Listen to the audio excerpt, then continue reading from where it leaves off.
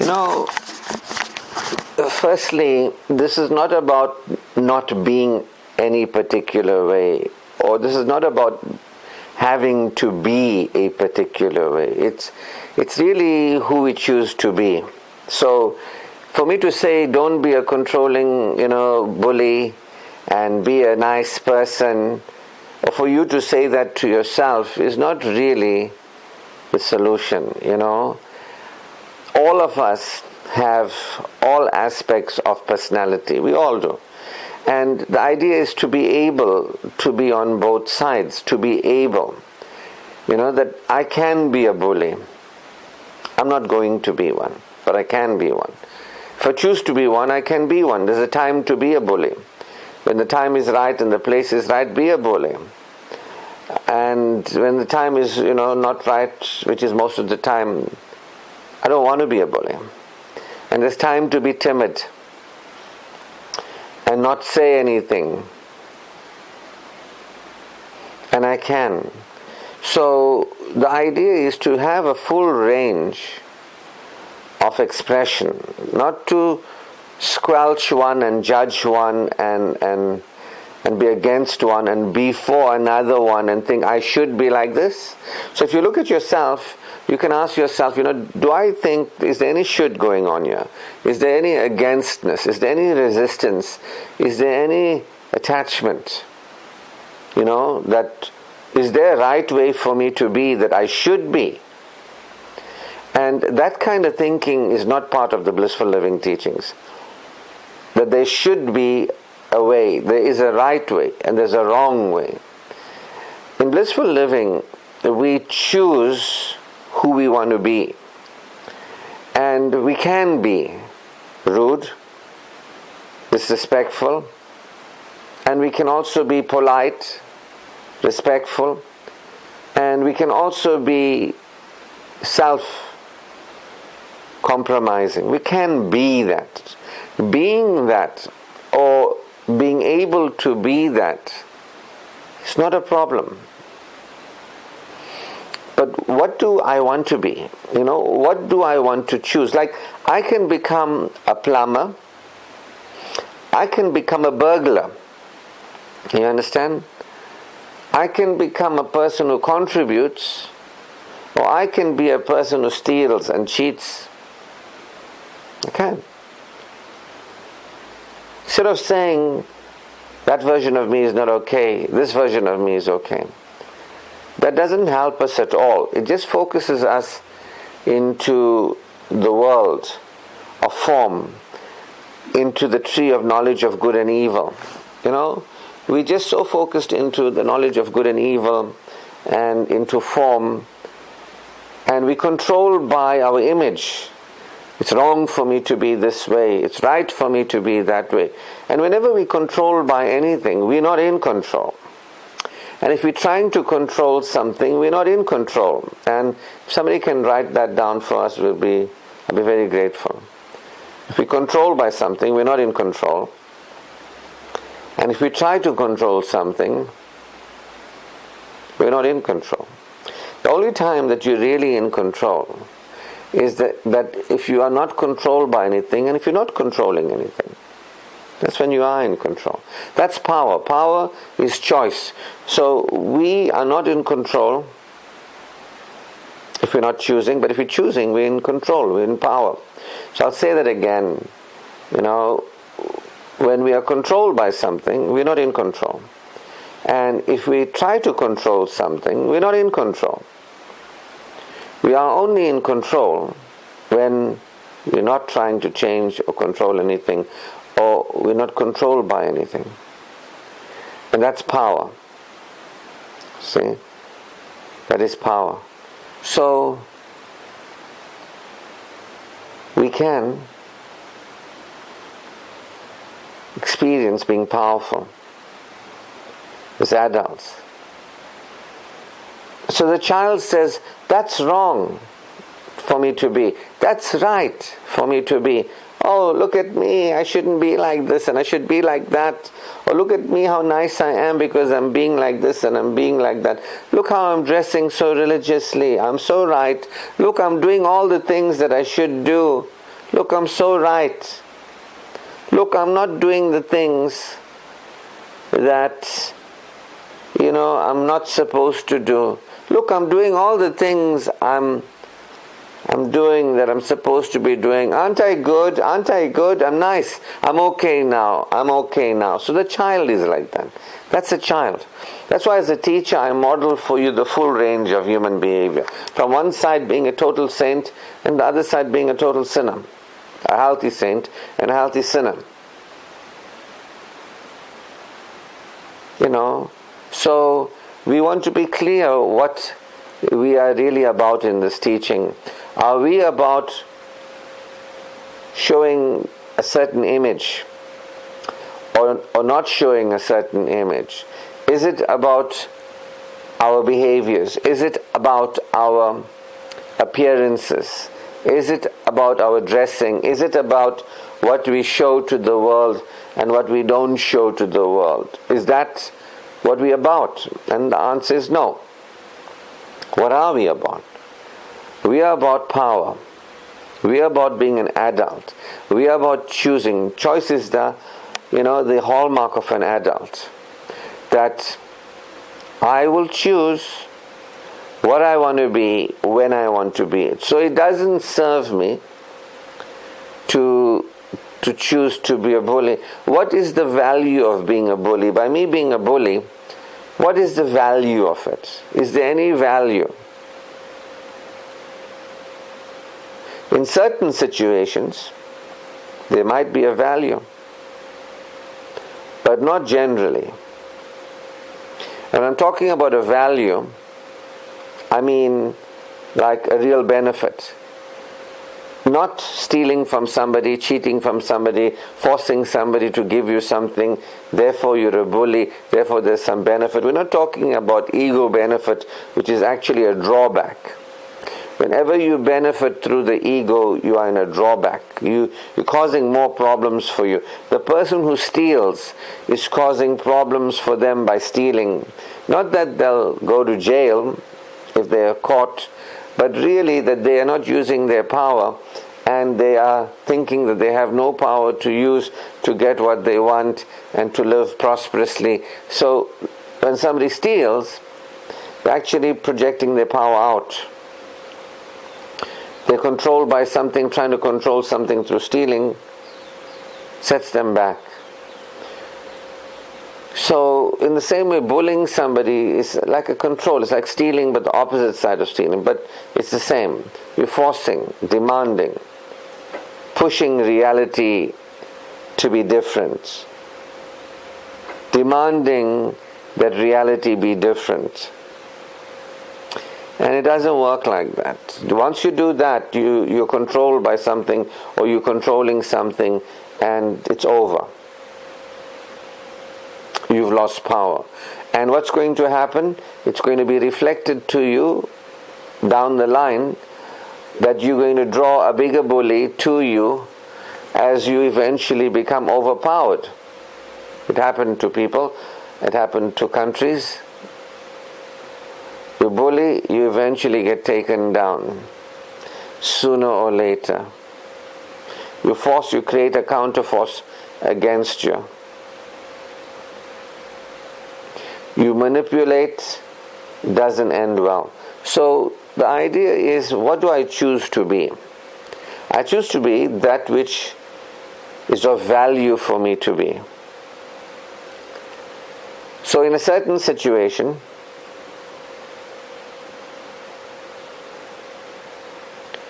it might be valuable for me to be healthy, forceful, healthy bullying, certain situations.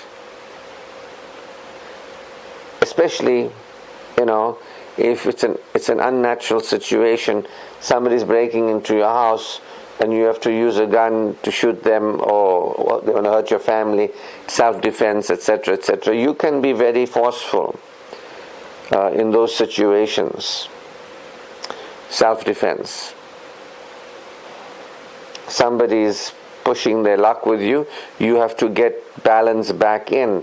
At the beginning of this year, I think in January, I told you that I was at the airport and I had created a situation with a man that was being funny with me, and I had to be healthy bullying. I was loud and banging on this guy's window like it would break. He took out his gun and he showed me his gun, and I said, do what you want. And I continued to demand that he move his car because he was behaving like an ass. So I first started off nicely. Excuse me, sir, would you mind moving your car? And he was acting ignorant. So I said, louder, can you open the window? I'd like to talk to you. What is going on here? And he wasn't hearing that either. Until I had to escalate it to the point where I was a bully, a healthy bully, demanding, being forceful, because he had that energy. And I had a timid energy. And in that situation, I had to own his energy, which I was denying. And if I owned his energy, which I did, he eventually moved and there was no issue. He actually had to go into what I was being, and I went into what he was being, and the energy balanced. So there is times to be a bully. And if you can't be a bully, it's going to be a problem in your life. That you can be a bully doesn't mean that you must be a bully. It just means you got the energy in you, and you'll use the energy when you require it. The other side is to be timid. Now, that guy was being threatening, showing me his gun. He didn't point it at me. He just took it out of his, middle compartment and, raised it. Looked like a 32.32 revolver, could have been a 38, but looked like a 32 to me, and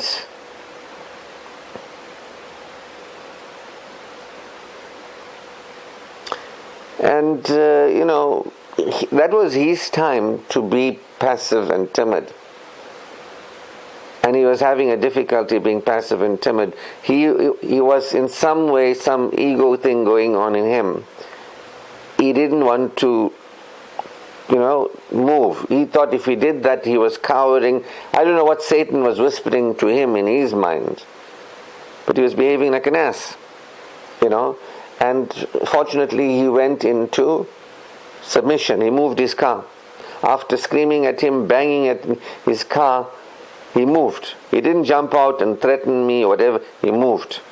He had his option there, because if he jumped out, I would have immediately called the police and said, this man is brandishing a weapon. It would be in front of everybody. It would have been in the press. It would have been on the news. Racist incident at Cape Town International, whatever.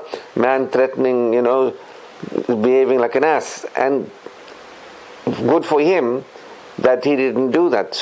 But there might be another situation where I could be in a bank and the bank is getting robbed. Let's say I create myself to be in a bank robbery. And they say, get on the floor. I'm not going to say, I don't like the floor is not clean, I don't usually lie on the floor, I'm not going to sit on the floor, I'm going to sit on the sofa. I'm not going to do that. I'm going to get on the floor. I'm going to get on the floor. And it might be, somebody might say, but you didn't stand for your values and you let people push you around, you're letting yourself be bullied. I'll say yes. Yes, I did that. Because that's the smart thing to do. If you create yourself to be on the opposite side of things, that's the smart thing to do in that particular situation. You don't want to get involved in something. You rather, have, dirt on your clothes, rather than have blood all over. So you're smart enough to say, I put myself in the situation, I'll take the lesser of two evils. I'm not going to act smart to make myself be in a worse off situation.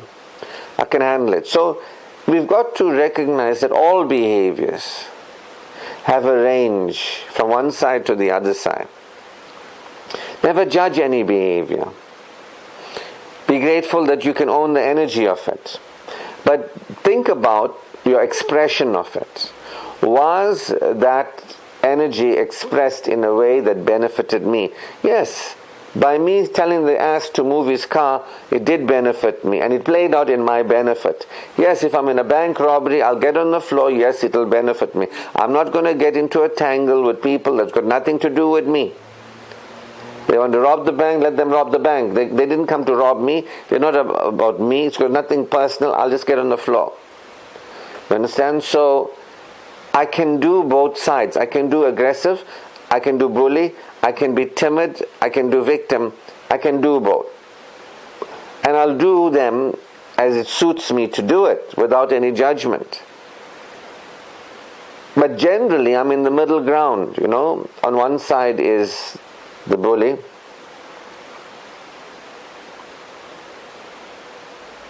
and the victim,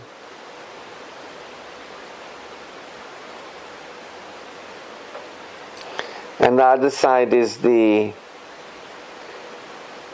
one side is the bully, the opposite of the victim, the aggressive, the opposite of the timid, and the other side is the timid, the opposite, or the passive, opposite of the aggressive, and the victim, opposite of the perpetrator. So I can do both.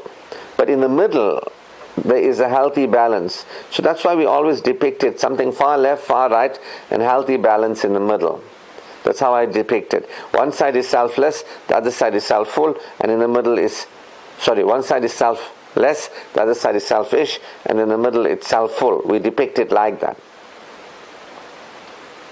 We want to be harmonized. In the middle, I can be selfish.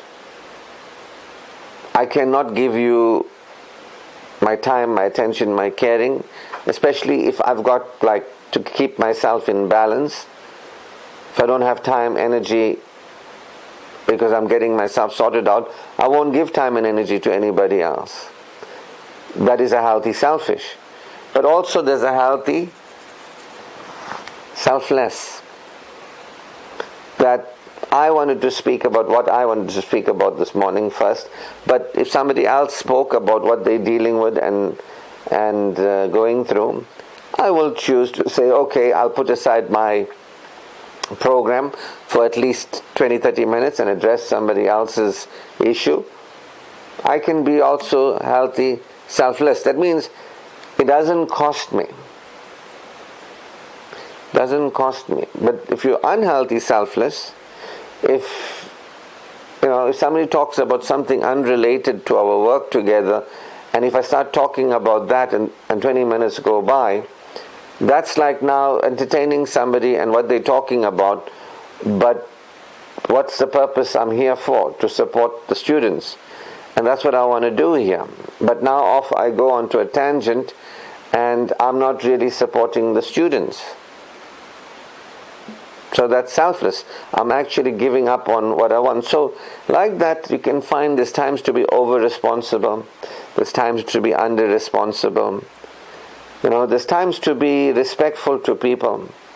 And there's times to not be respectful. There's sometimes to be disrespectful to people. Certain people, you've got to ignore them. You cannot have an interaction with them. As I was saying, that somebody responded to one of my messages the other day, and it was like, please stop sending me this rubbish. That was the message. And I said, sure. And I left it at that. And, they said, please. So I said, okay. They're saying, please. But I chose beyond that point to not talk to that person. I said, sure, I will do that, no problem. Because they consider what I'm sharing rubbish. That means their thinking and my thinking is not the same. What I see as valuable, they see as trash. So while I can respect somebody, and I do, but I'm not going to engage with them because I can't see the point. Why am I going to talk to somebody there's no need for me to indulge, with the guy or interact with the guy. I don't know him. At some point he asked me to send him messages. I've been sending him messages. All of a sudden he says it's rubbish. Fine. So I don't know him. I want to talk to him. I can respect him, but I have nothing to say to him. The only thing I could say that I was saying was my expression. So I'll get 50 people saying, thank you, what a lovely message, I appreciate that. And I'll get one unconscious person saying, please stop sending me this rubbish. Now what do? Do I focus on the 50 people who are intellectuals, who I know, who are thinkers, who are contributors, who are other people in the field that are making a difference? They say, this is good, thank you. And that's whose opinion I'm interested in. This one person, I don't know them and I don't know what they're about. Do I start engaging them, and does their opinion count to me? Their opinion doesn't count to me. What they think of my work is of no consequence to me. I don't care what they think of my work. I don't know the person. I don't care. I care about people who are aware and conscious and what they think. What am I going to care about somebody who is unaware and what they think? I'm not interested. So I didn't respond after that. I don't care. I want to not talk to such a person. So I'm not sure what was the message that came after that, because I got so many messages on my phone to deal with and relate to. Things are such a backlog.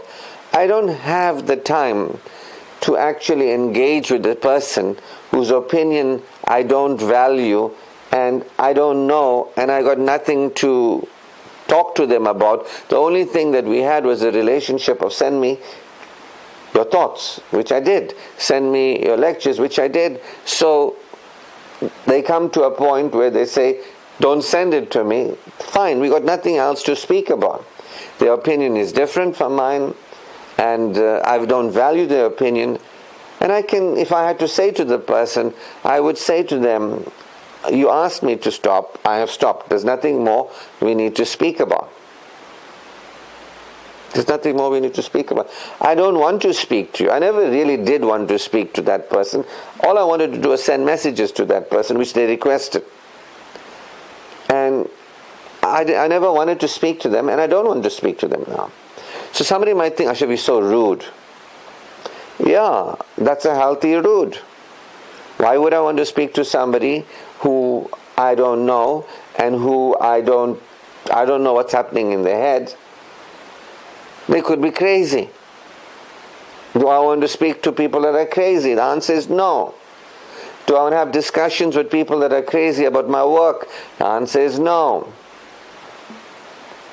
So my point is, I can tell somebody, you asked me to delete you, I've done that. Took you off my distribution list, I've done that. There's nothing more for us to speak about. I don't want to hear anything from you as much as you don't want to hear anything from me. And they might be like, no, you better hear me. I don't want to hear you, but you better hear me. Now, what does that mean? That means this person is toxic. I want to be an adult and be aware as an adult that this person is toxic. If I engage with a toxic person, it's not going to end well. I am not going to court, toxic people. I'm not going to try and chat up and make them like me. Toxic people. They're not going to. And I don't need to do that, and I don't want to do that either. So my point is, if I have the full range, of response, because there's a full range of people out there. There's a full range of world out there. There are people who love and adore my work, and please, they say to me, send it to me all the time. Don't ask me the question. So on my distribution groups, what I do is, I ask them, do you want the video? You want the video? Ask and I'll give it to you. Because I'm really interested in the people that are, I'm interested in the people that want my support or input. They value my support and input. That's what I'm really interested in. I'm interested in people valuing my support and input. I don't want to give pearls to the swine. I don't want to take my material and force it down somebody's throat. That's like pearls to the swine. Even Jesus, the great master, respected his work, and he just didn't share it with anybody and everybody. He never did that. He let those who were interested actually come to him. He used to leave the town and go sit on the mountainside. Sermon on the Mount. He didn't give the sermon in the town where everybody was there. He went to the mount, the Sermon on the Mount, and that's what he did. And people came out and they actually came to him. He didn't go to people's houses where they were and tell them. People must show an interest. People must be prepared to ask and show up. And that's what I'm looking at in my life. I only want people who value what is being shared, who show up, who apply themselves. So I can give to the public, but not in a way where I'm giving to some ass who's, and I don't have a judgment, I'm just saying as a donkey, and what am I trying to achieve by sharing gems with a donkey, pearls to a swine? What can I achieve? I must be the ass if I'm doing that. So I want to be very clear of how I be. So somebody might say, you know what, you must tell everybody truth and be a person who shares truth with everybody. But the other side is also true. There are certain groups of everybody share truth with, but there's also certain groups of everybody don't even go close to them. They're psycho. They identify the ego is very strong. They don't want to hear anything. You are challenging their need for safety and their need for excitement, and they're like drug addicts. They're like zombies. What do you want to do with them? Leave them. Even the Quran says, leave them. There are those who will not hear, they will not see, they will not receive. It matters not whether you caution them or caution them not. They are the heedless. The Quran says that God leaves them to stray. In their hearts is a disease, and God leaves them to stray. God doesn't fix up that disease in their heart. It's for us to fix up the disease in our hearts, meaning God does not change the condition of people until they change what is in their hearts. Or we must start supporting security.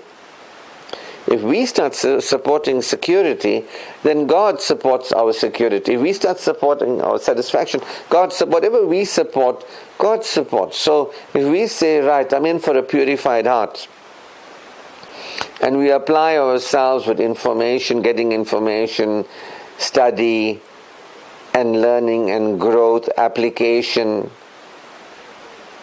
not just taking notes, but like considering it as an adult and integrating knowledge, and it becomes wisdom. There's transformation in us. Yeah, now that's our role in it. There's a role for us to play. We've got to accept and appreciate. We've got to receive and rejoice. You see, there's a role, but people don't want to, some people don't want to do that. And sadly, it might be most people don't want to actually do that. It might be that sadly most people don't actually want to do that.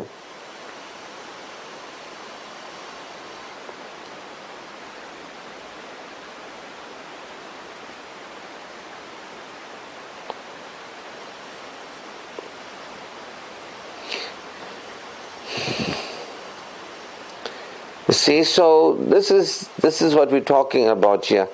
Am I supposed to just help the whole world or help nobody?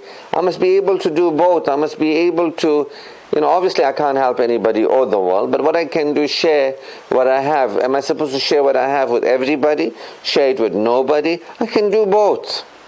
But I can assess which one serves me. It might be better off to not say certain things to certain groups of people. It might be better off to leave them. If God leaves them to stray, why must I try and change them? I should leave them to stray too. The prophet was said, you are not a messenger. The prophet was said, you are a messenger to deliver the message, but you are not a manager. You're not a manager. You're not here to control the people and take responsibility. You're not a person who is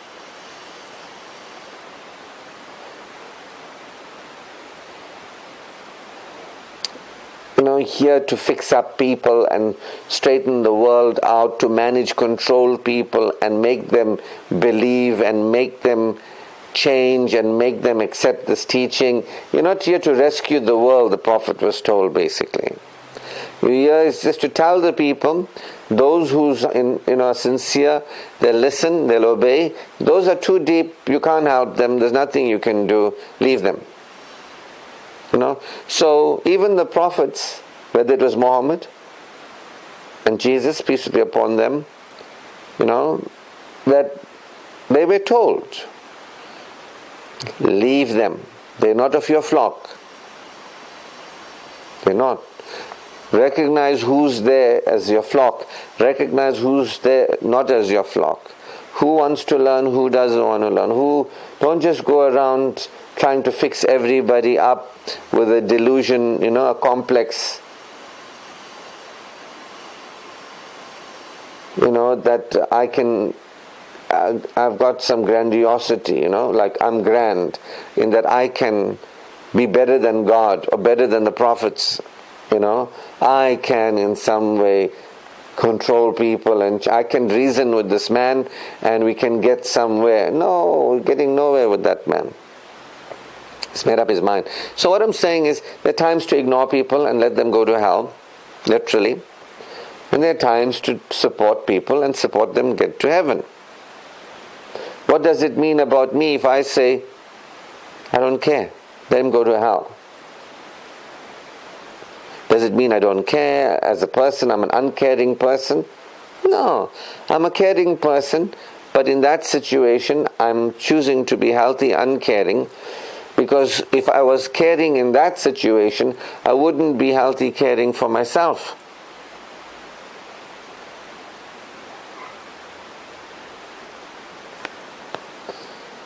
I wouldn't be caring for myself.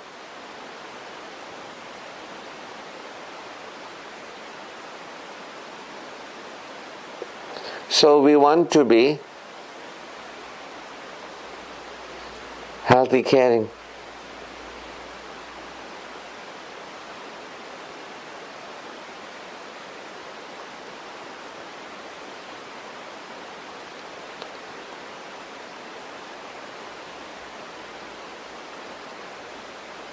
You understand? So this requires us to be an adult, not a child.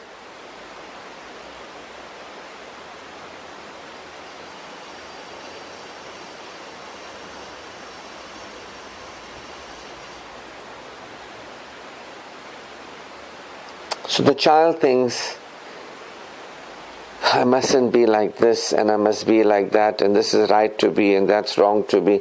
But from an adult perspective, you go beyond that. And that's one of the things we're going to look at this weekend.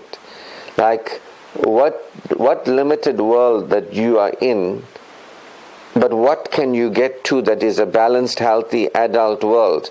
But your mind won't let you get there.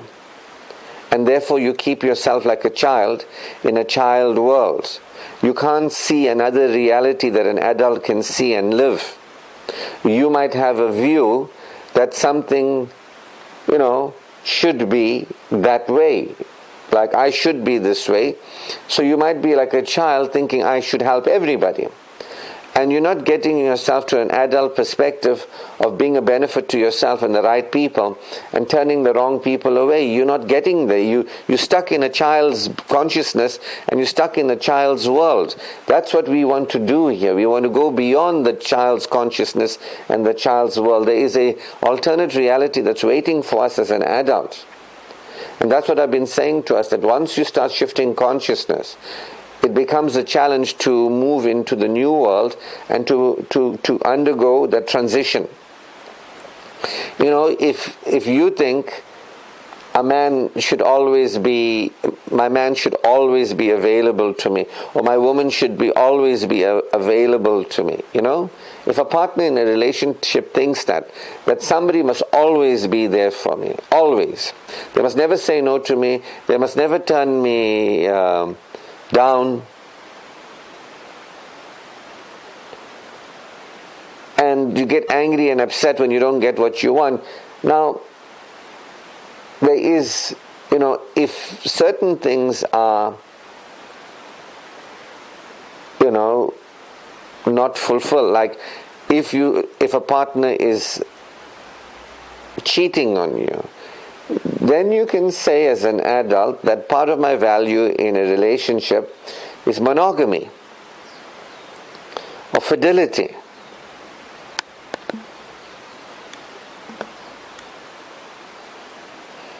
And you can say, I'm not accepting that.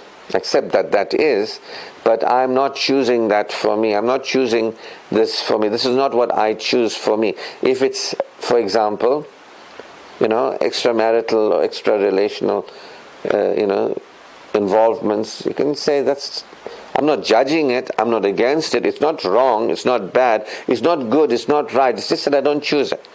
That's not what I want. That's not my pleasure, that's not my satisfaction, that's not my fulfillment. I'm not saying it's wrong or right, good or bad, I'm just saying I don't choose it. But on the other hand, if your partner is not available to you for something or another, you know, less often than not, because if your partner is not available all of the time, then that can also be like a deal breaker. But if once in a while your partner is not available and says, no, I've got this to do, I'm busy with that, you know, I'm tired. Once in a while that happens, or twice in a while that happens, or maybe even 3 times in a while that happens. But it's not happening more often than not. You know, it's happening less often. You're getting what you want more of the time. If you're getting what you want more of the time than less of the time, then you can handle that. You can begin to say, you know what, I can handle that. That's not something for me to react to. But if there's a child there, the child will be like, no, this is bad. You won't let the relationship go to the next level. You know, I'll give you a ridiculous example. Let's say, as a partner, you expect your partner to make tea for you all the time. Let's say your partner makes tea for you all the time, except for now and then. The partner might say to you, look, I'm busy with something, I can't make your tea. And you might be like, no, you must make my tea whether you're busy or not. It's just tea, it's not a big deal. You can actually get to the next level of your relationship where you don't need your partner to make tea and you're quite comfortable making your own tea. And you can go to the next level of that relationship rather than saying, I want a divorce because you don't make my tea anymore. You know? So,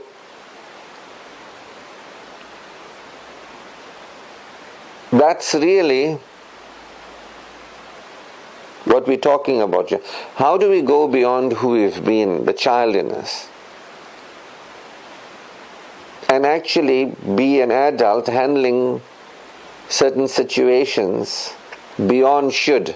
I should be like this, I shouldn't be like that. He should make me my tea, she shouldn't make me, she should make me my tea. She should not make me my tea. He should not. I'll just give you an example. You've got to be able to see the difference between fidelity, and tea. You got to be able to see that difference. But if you're in the child mode, you can't see that, I can let this go. It doesn't have to be perfect, but is it good enough is the question. If it's good enough, it's good enough. So sometimes people might be perfectionistic in relationships, and they might think, you know what, it needs to be perfect. No, is it good enough? An adult can answer the question, is it good enough? Is there value in this for me? Do I get something out of this? Is it better for me to be in this relationship than not? If I'm not in it, does it in some way compromise me? So a person can begin to say, there's more value in this than no value. Of course, if you're in a relationship where there's less value, in it, like it's more problems, then that's an issue, you understand? So we're not saying that so let's say it's not perfect, it must be good enough. No, it's not perfect. Is it good enough? Is there more value in it than less value? Is there more hassle in it and frustration in it than less, goodness? So we can begin to see, it's okay, it's beneficial.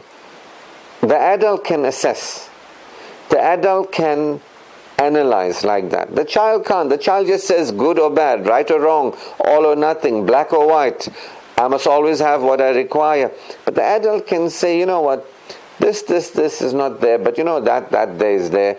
This is really okay or good enough. Nobody's forcing us to make something that's not good enough for us good enough. But is it good enough? Is it good enough? What's going on? Is there value in it for us? Are we finding benefit in it? Does it satisfy us to some degree or another? I'm not making a case for mediocrity. I'm not making a case for suffering and letting yourself down. I'm just, whether it is with the staff, is this person good enough or not? If they're not good enough, they're not good enough. Nobody's asking, are they perfect? Now, are they good enough? I'll settle for good enough. That's not talking yourself into something that's not good enough, but is it really good enough?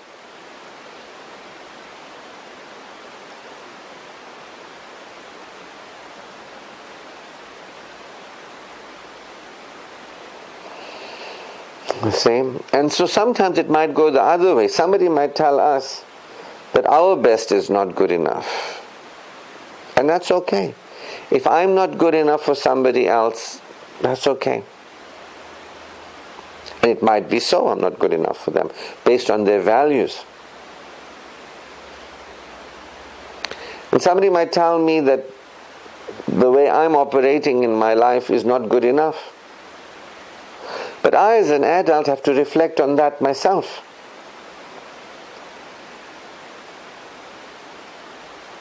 See, I, as an adult,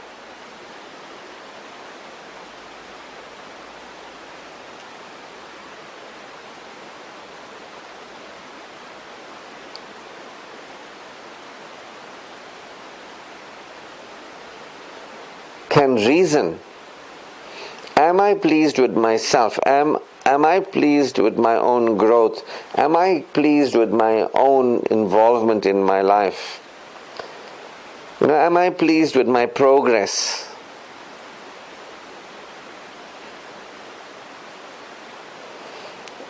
My life might not be perfect, but is it good enough for me? What about my application in my life? Am I applying myself in a way that I'm okay with? Am I okay with my own application, even though it might not look like it's changing my world out there? But what about my inner world? So I can tell you beyond a shadow of doubt that as an adult, I can tell you that I'm pleased with my growth, my progress. I'm pleased. I can see where I was. I can see where I am. I can see where I'm going. I can see that I am moving myself along this path, supporting a shift in consciousness, supporting being operating from a different consciousness. I can see it. So my life might not reflect the ideal life, just where I am, but I'm on that path. And that's enough for me. I am pleased with my involvement in my life. While I might not be completely pleased with the circumstances of my life or life situations, but I'm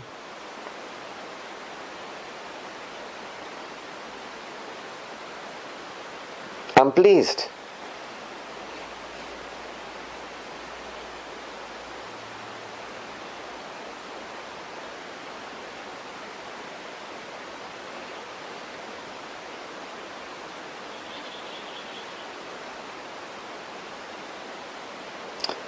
So these are things as an adult we've got to look at. Instead of saying, look at my life, I can't stand it, it's so bad, nothing good here. I ask myself, did I eat food comfortably this whole week? Yes. Did I have a roof over my head? Yes. Did I have comforts and luxuries? Yes. Did I live a pain-free, disease-free experience of this week? Yes. It was a good week. Did I do things that were meaningful and enjoyable to me? Yes. Did I participate in my own spiritual growth? Did I participate in my personal development? Did I participate in my experiential enrichment? Yes. Things are going well. Things are going well. You see, so that's what we'll be looking at, for this particular weekend and going forward. It's moving from a child level of consciousness to an adult level of consciousness, to go beyond the child's mentality. This is right for me to be, this is wrong for me to be. This is right for others to be, this is wrong for others to be. I must control myself to not be this way, I must control myself to be that way. I must control others to not be the way they are, I must control them to be the way I need them to be. My life is like this, I don't like it, I'm against it. I must control myself to not be as I am, or my life mustn't be as it is, and my life must be that way. Now, all that is coming from the child mentality. All that's coming from the child mentality.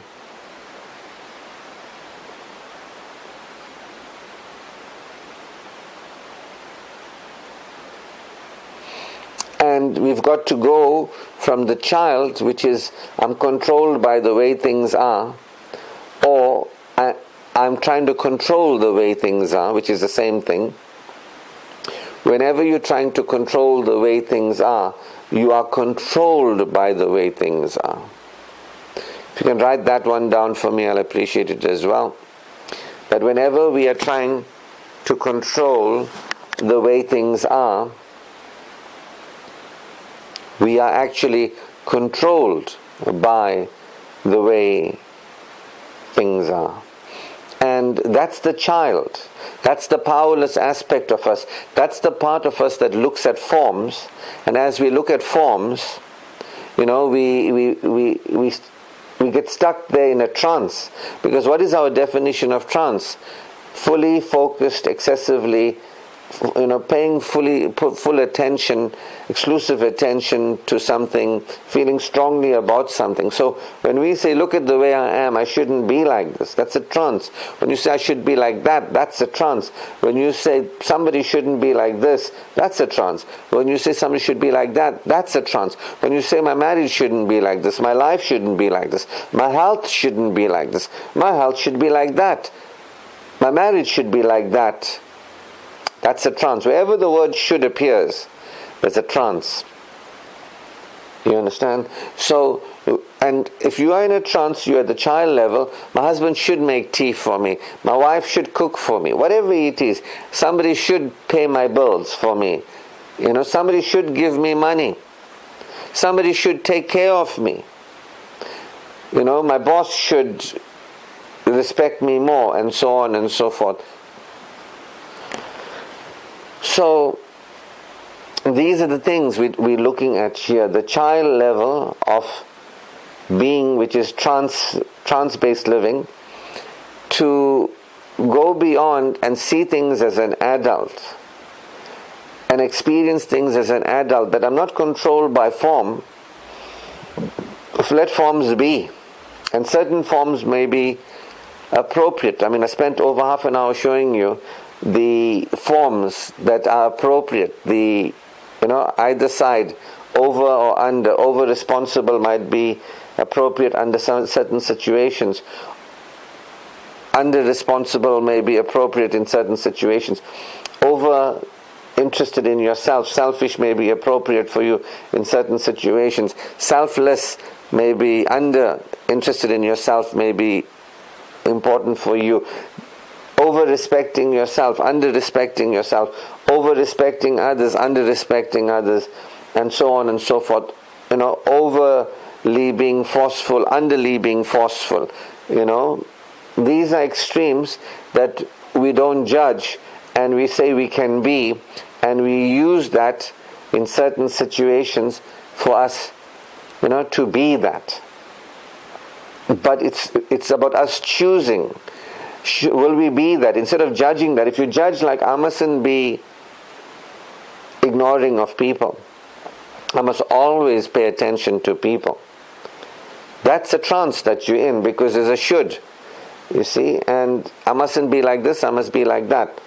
That's a child. Instead of saying, I can be like this, I can be like that, but which one serves me in this particular moment? Now that's power. When you are choosing whether it's how I want to be, how I don't want to be in this situation, when we are choosing how we want to relate or don't want to relate, what we want to do or what we don't want to do, or what we want to be or what we don't want to be. We choose. It can be like this, but I'd like it like that. I don't choose what is. I choose other than what is. That's power. But in our society, we're not taught that it's about us and being in our power and choosing. That is really what it's all about. It's not about how we are or how we believe we need to be, what we're against being, what we're for being. It's not about what others are being that they shouldn't be. We're against them being that, and others should be, and we're for that. The tree of knowledge of good and evil. That what's going on in our life, we're against it. We are for something else going on in our life.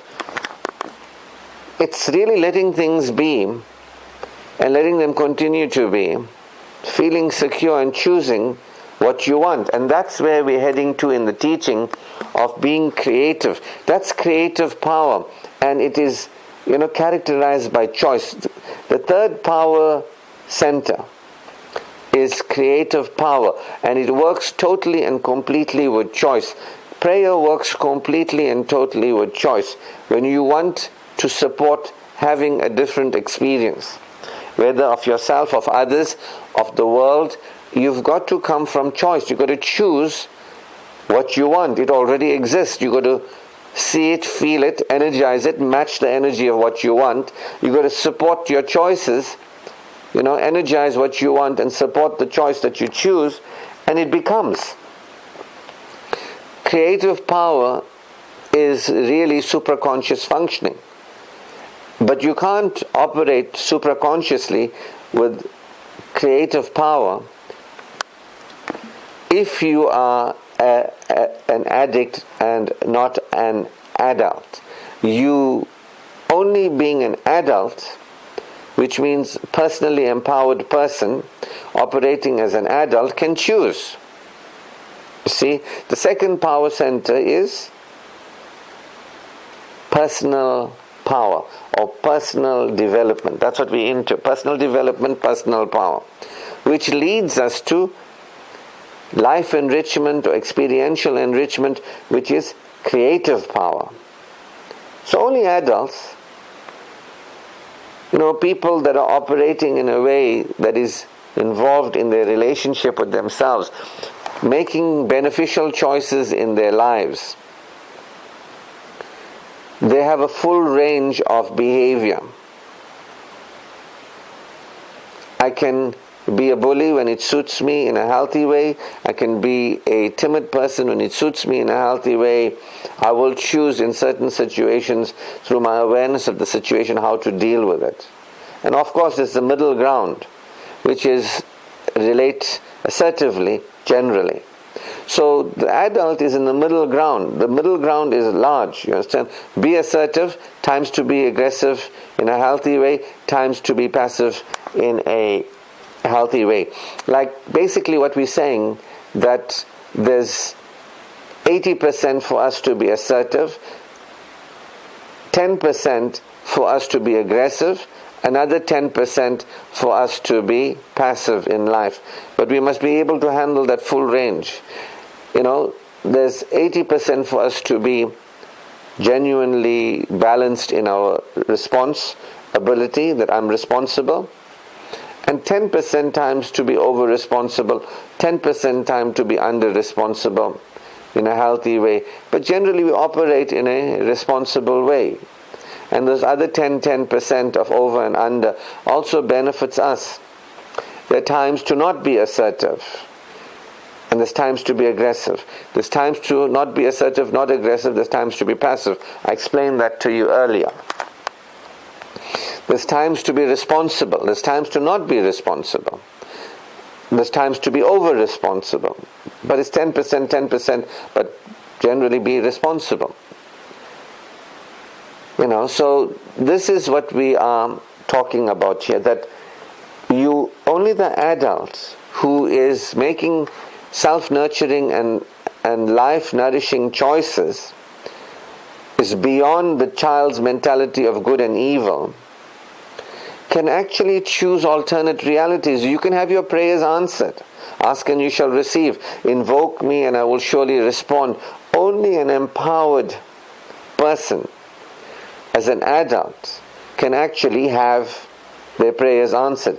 If, for example, I say I'd like to have friendships that involve, mutual giving and receiving and, healthy relations with people.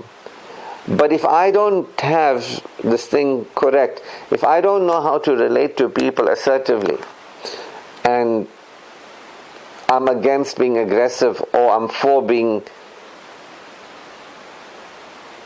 timid, I can't have relations with people, because I'm going to meet people who are equally skewed on the opposite side. Remember we spoke about opposing forces. If you say it's wrong to be aggressive and you feel very strongly about being against being aggressive, and you say it's right to be passive and you feel very strongly about being passive, you become a people pleaser and you start matching and attracting to you people who will bring you into balance by complimenting you, and therefore you'll have somebody who will say, I mustn't be a pushover, I'm going to fight for what I want. So if you are unhealthy in your relating to people, you are saying I must be aggressive. If you're saying I must be passive, which most of us are in the teaching, are like that. We are introjectors. We say we mustn't be nasty and we must be good, must rescue the world, put everybody first, forget about ourselves, neglect ourselves. What we're going to have in our life is projectors. That's what we're going to have in our lives. We're going to have people who are there saying to us the opposite. I'm going to fight. I'm not going to give up. I'm going to fight. And then what happens? You can't create having healthy relations, whether it's friendships or spousal relations, because you're not operating as an adult, you're operating as a child. You want to have a balanced energy, harmonized.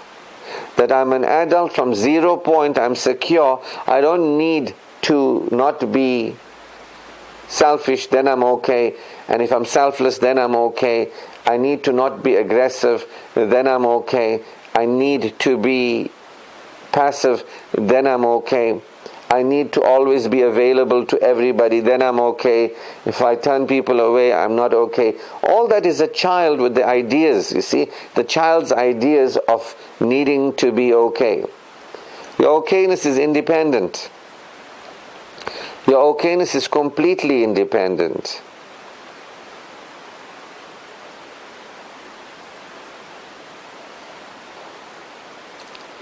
Of whether you are, on one side or the other side of this polarity.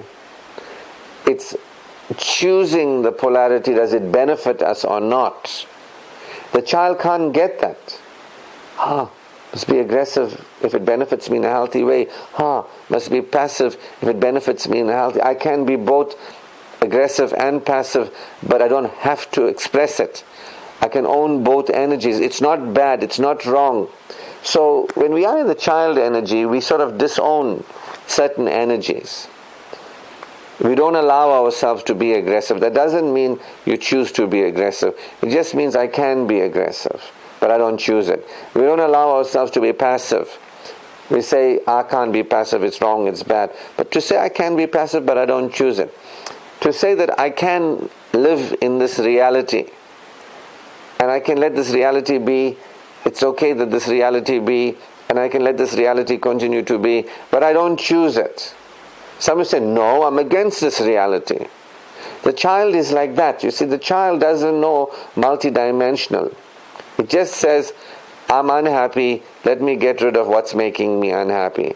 I didn't get what I want, let me get my mommy to give me what I want. If I cry, I nag, I'll get it. That's how a child operates. The child says, how can I get mommy and daddy to give me what I want? I'll wait for them to be happy, I'll make them happy, I'll please them, then I'll get what I want. That's how a child operates, to manipulate the world around them, to try and manipulate themselves and manipulate the parents and manipulate, like, I'm so displeased about this, I need it to stop. If it stops, then I'll be okay. That's a child. So you can't make choices for alternate realities, which is the most remarkable thing that human beings have, the ability to invoke and to create reality. It is perhaps one of our, or perhaps the most godlike quality we have. You understand, the Prophet Muhammad said that invocation is the weapon of the believer. You understand, it's a technology of the believer. It's the highest technology of the believer. We said that invocation is the highest form of worship, is the essence of worship. So creative power is really a showing of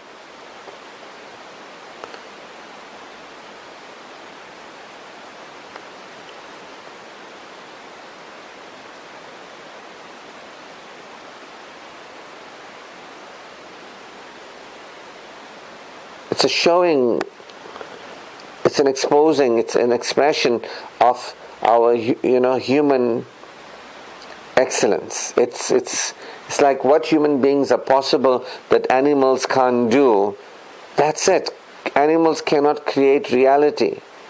They can't see alternate realities into being. They can't really pray. They can't really invoke. Human beings can do that, but not all human beings can.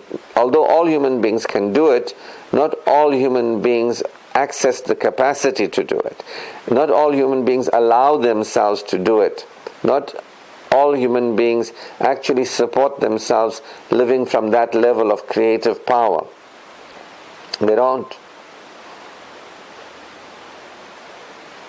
But that's what we are aspiring to.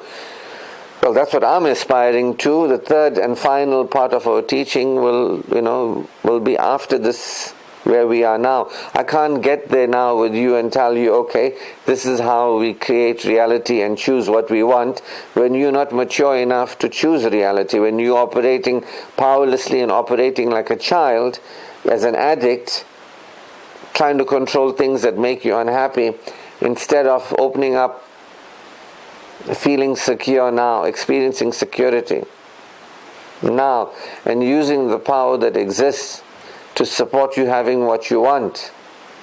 See, the child can't do that. The child can't access the divine power. It's the adult who can. And if the child is running our lives, it's keeping the adult, it's a self-abandoned state.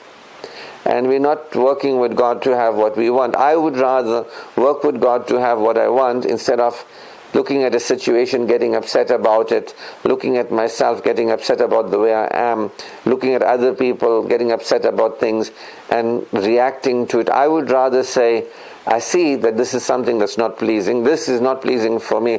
I'm not happy about the way things are. But you know what? I can choose with and through God the way I want it to be, and that really pleases me. It really pleases me that I can experience my satisfaction. While I am currently dissatisfied, instead of getting upset about it, that there is another reality that exists for me, I'm very pleased about it. And that there is God who can materialize it for me the moment I energize it. For me to energize it, I've got to experience myself as an adult at a higher level, and I'm prepared to do that. That's cool. You see, so from adult functioning, you can get to experiential enrichment.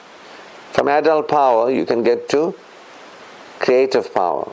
From adult empowerment, there's creative empowerment. But before you can be an adult and operate as an adult, you've got to have spiritual empowerment. There must be security in you for you to behave like an adult that is nurturing yourself and nourishing your life and allowing yourself to be the way you want to be and interact the way you want to interact, because a large part of being an adult is the way we interact with ourselves, our bodies, our lives, and our afterlives, also with other people. How do we interact with other people? How are we relating to not only ourselves but to others? That depends on how you relate to God.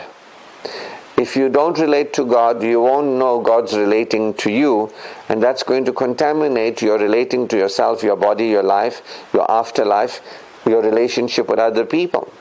So we've been focusing on for a very long time, our relationship with God, because that's 90% of the work. Spiritual empowerment leads to personal empowerment. 90% leads to the 9%, and thus then leads to the creative empowerment. See, 90%, 9% and 1%. I can't teach you the 1% because 1% by itself is only 1%. It's behind, it follows the 9%, which makes it 10, but 10% is 10%, but it needs the 90%.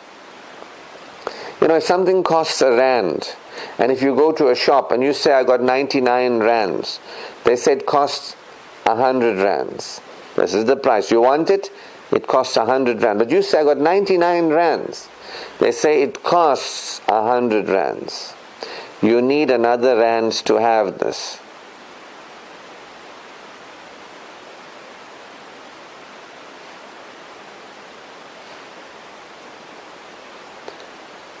You can't have it if you don't have 100 rands. So my point is, you can have like the 10%, the 1%, but if you don't have the 90%,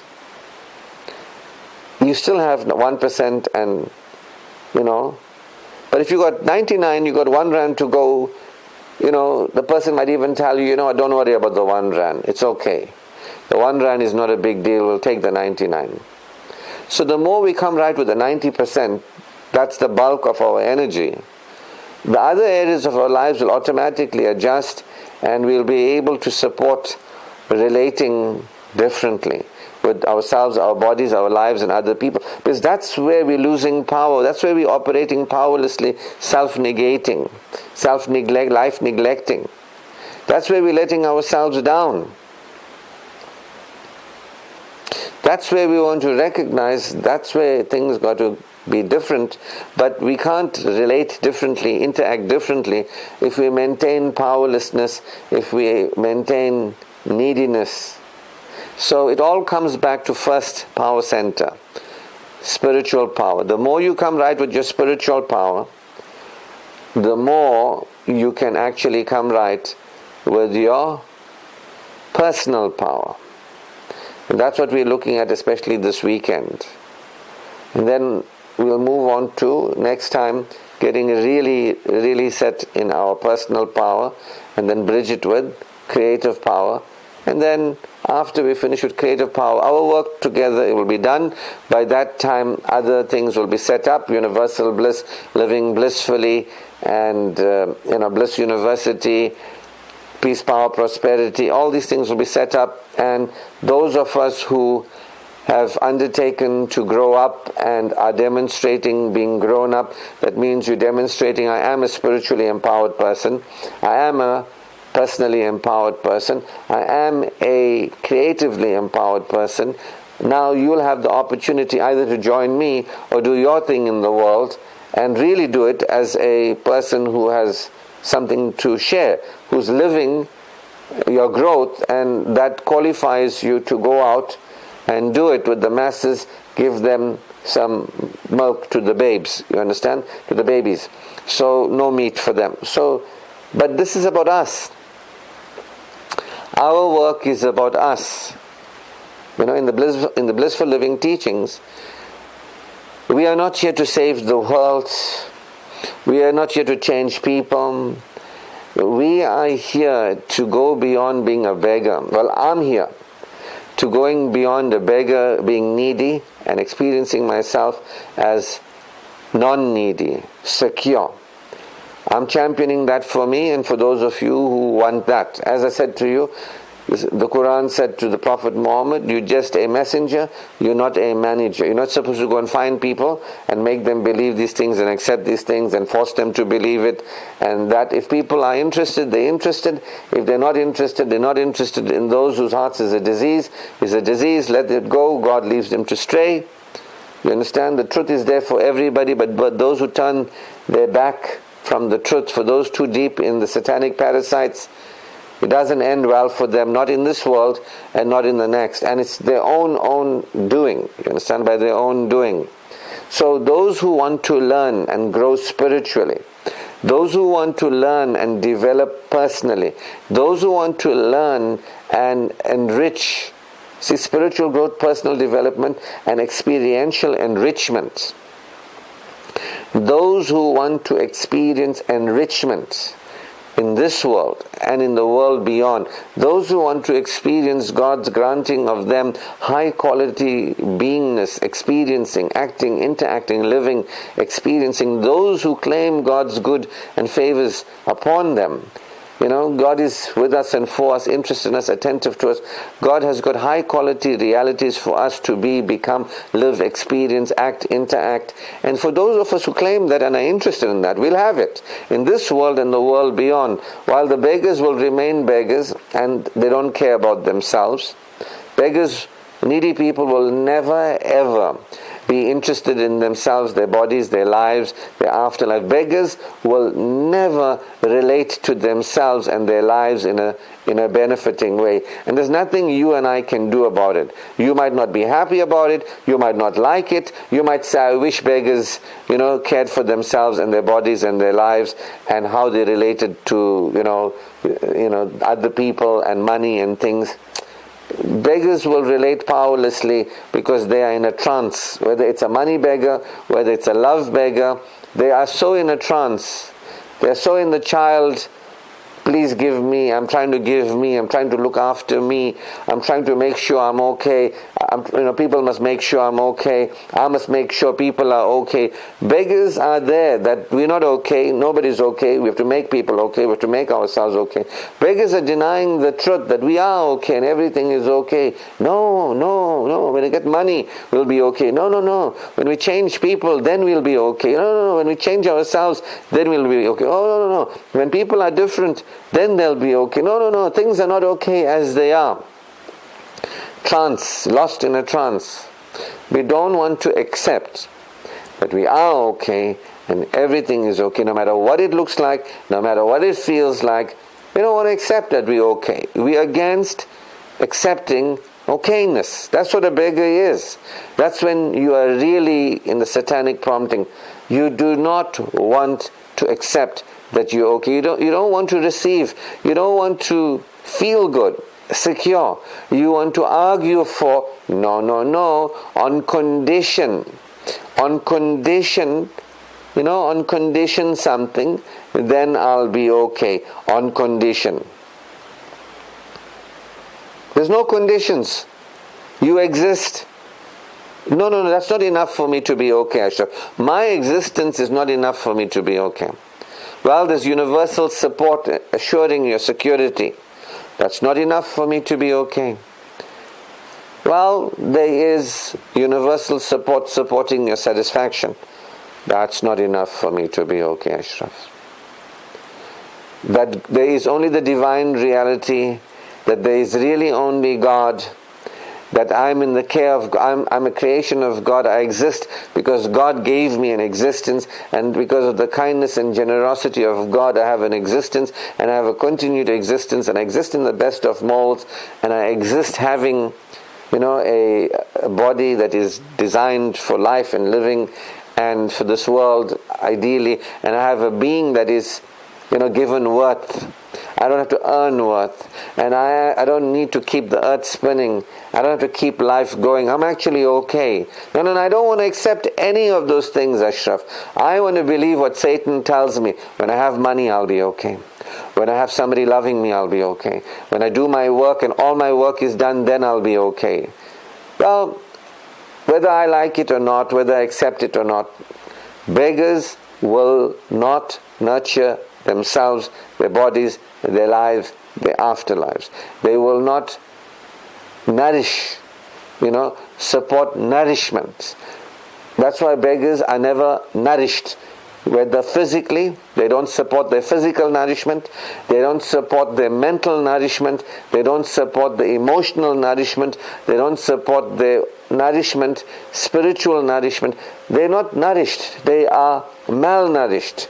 Look at people who are insecure. Look at people who are spiritually disempowered, who believe the lie of need. There's only one lie.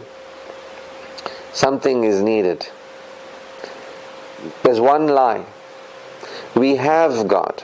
There is only God is the ultimate truth. Because of God we are, and because of God we continue to be. Those of us who are aware of this truth are spiritually empowered. We will operate naturally in life, benefiting ourselves, our bodies, our lives, our afterlives.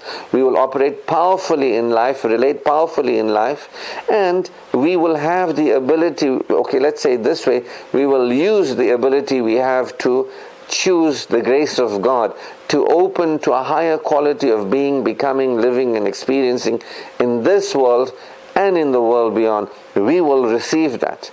We will open up, while the beggar will live as an addict and end up a victim. You see?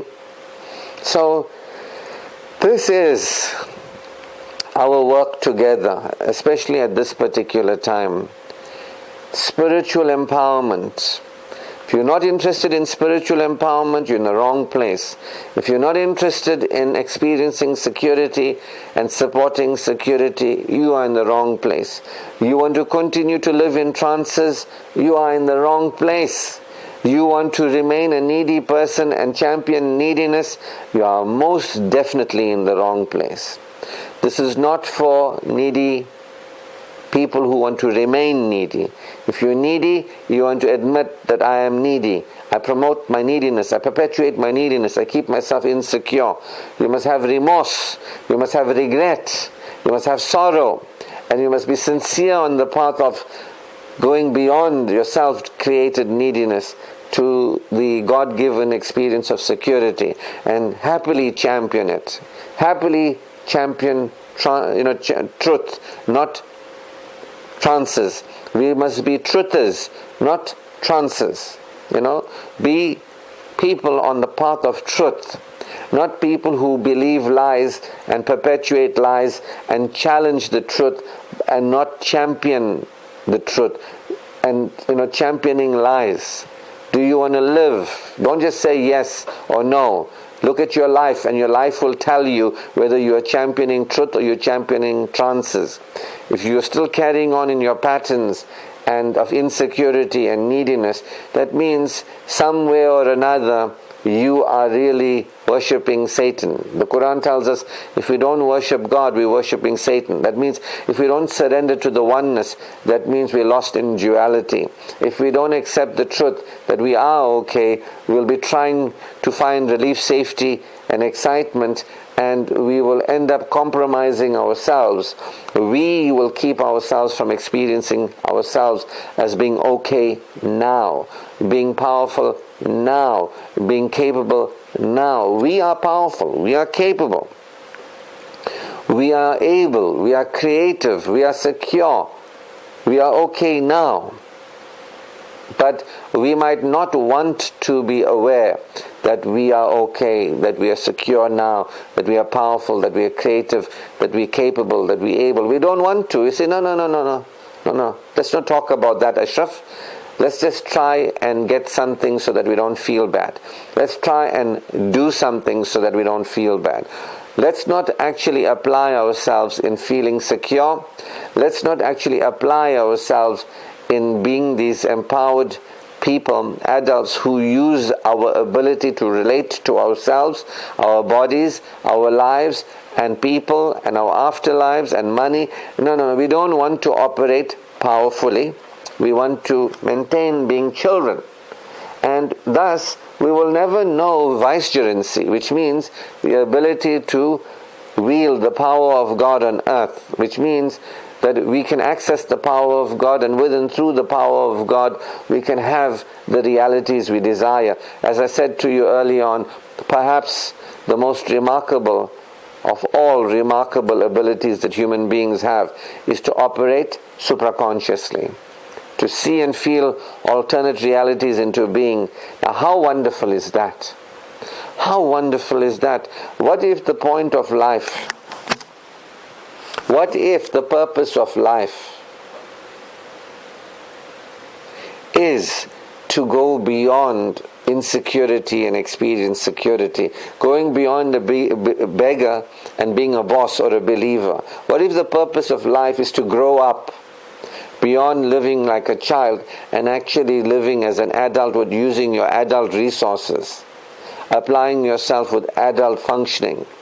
What if that's the point of life? What if the point of life is to develop your creative power, that you can now see and feel realities into being? And what if you live like that, and as you live like that, it changes your life in this world, and as you die like that, it has a different death you'll have from a death of disempowered people? What if empowered people have different deaths from disempowered people? What if empowered people live differently from disempowered people? And what if empowered people die differently from disempowered people? And what if, empowered people are raised up again? There is life beyond this. The Quran tells us that he who gave you life the first time will give you life again. You will surely live again. He gives life to the dead. The dead will live again. Do not worry how and what, but understand that your existence will continue beyond the physical demise and death. And even what people create, accidental death, there's no such thing as an accidental death. There's no such thing as death, without natural causes, murders and whatever. It is all self-created. All self-created. So, we ask for forgiveness for those of our parents and our children who have died powerlessly, and guidance for them, and all others who have lived and died powerlessly, and that we will be raised up again at the level you lived and died, and at the level that you live and die, you'll be raised up again, and your forever will be determined by that. So in universal bliss and in blissful living, our purpose, for those of us whose purpose it is, I don't say that you must have this as your purpose. But if you have chosen this as your purpose, if you know that the most important thing in life is not money and making more of it, running a business and having a bigger one, I didn't say it's not important at all. It is important, but it's not the most important thing. If you live like the most important thing is your money, your business, your family, your children, the Quran tells us that neither will your wealth nor your children avail you. Only those who bring to God a purified heart, a being that is radiant, the more you grow spiritually, develop personally, the more you receive enrichment in your life, in this world and the world beyond, the more you're a remarkable human being, the more you're living at a higher level of human excellence. So my interpretation of that verse is that only those who live on the path of human excellence, championing human excellence, what it means to be a human in terms of our potential to feel secure, what it means to be a human in terms of our potential to act and interact self-fully, powerfully, rather than powerlessly, what it means for us to act and interact, from security, self-fully, and open up and receive. How much can we receive? How good can we let it be? How much of joy and enjoyment, satisfaction and fulfillment, a better quality of being, a better quality of interacting, and a better quality of living, how much can we demonstrate? From a person who's been in abusive relationships to a person who's now in a more, relaxed and mutually respectful relationship. You might go like that, and you might eventually go into a relationship that is totally and completely fulfilling, Is there growth in your relationships? Is there growth in you? In your life, in areas of your life? See, the average person is part of the global trance. The world is in a trance. Go onto YouTube, go onto anywhere, go onto the internet. Get more money, will show you how. Get rid of this disease, will show you how. Will show you how to change this and change that. But will show you how to feel more secure. Will show you that you're living in unnecessary insecurity. That you can actually have a different quality of being. Very few places, if any, on the internet support security. We'll show you how to operate as an empowered adult. No, we'll leave you be insecure, we'll leave you be powerless, but we'll show you how to get more money, work harder, do this, do that. But don't worry about you and how you feel within you. Don't worry about God and relating to God powerfully and experiencing God's relating to you. Don't worry about how you relate to you, your body, your life, your afterlife. Most people don't even know what it means to relate to their afterlife. Don't worry about how you relate to other people and grow there. Just you'll get what you want. You'll get your soulmate. You can't get your soulmate if you are relating poorly as an adult. A soulmate experience is a high quality level reality. It's only for those who are operating at that level. No, I can be insecure, I can be powerless, I'll get my soulmate, I'll do this, I'll do that, I'll get my this and that.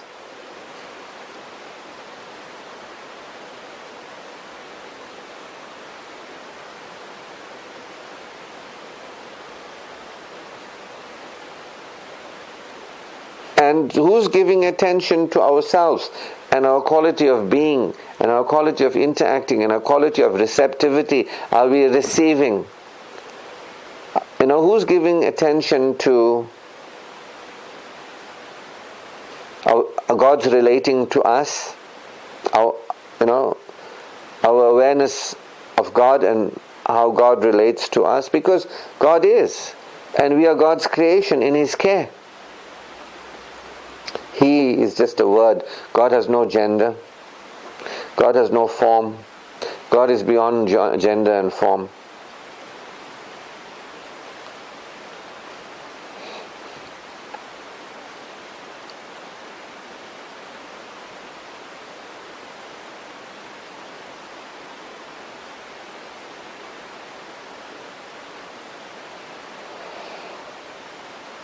See, so if you don't be aware of God's and God's relating to you, you can't relate to yourself. And if you can't relate to yourself, you won't relate to your life and your afterlife. And if you can't relate to yourself and your afterlife, you won't receive in this life and in the afterlife, because that is relating to alternative realities. This is what we cover in the Universal Bliss program. That's what we've been mentioning. So this is my introduction, for our weekend. Welcome to our weekend workshop, the Johannesburg weekend workshop for the month of September 2020. It's an online weekend workshop, and now you are here and we are here with a singleness of purpose. Spiritual growth is our power center 1. Personal development, power center 2. And creative empowerment, power center 3. Personal growth. Let's start from the first one. Spiritual growth, personal development, and experiential enrichment. These are the 3 aspects of our growth that we are interested in. And as far as I'm concerned, this is the purpose of life. The purpose of life is to go and grow beyond who we've been, insecure to secure, how we've acted and interacted, related powerlessly to powerfully, like a child to an adult. And thirdly, to choose that which is here for us, right here, right now, supraconsciously, and watch that appear in our reality. Experience transformation that is beyond doing. As I said, that's my introduction to the weekend. And the floor is open for your sharing and your thoughts. I'd like to hear what you'd like to say as we set out for the rest of the weekend together.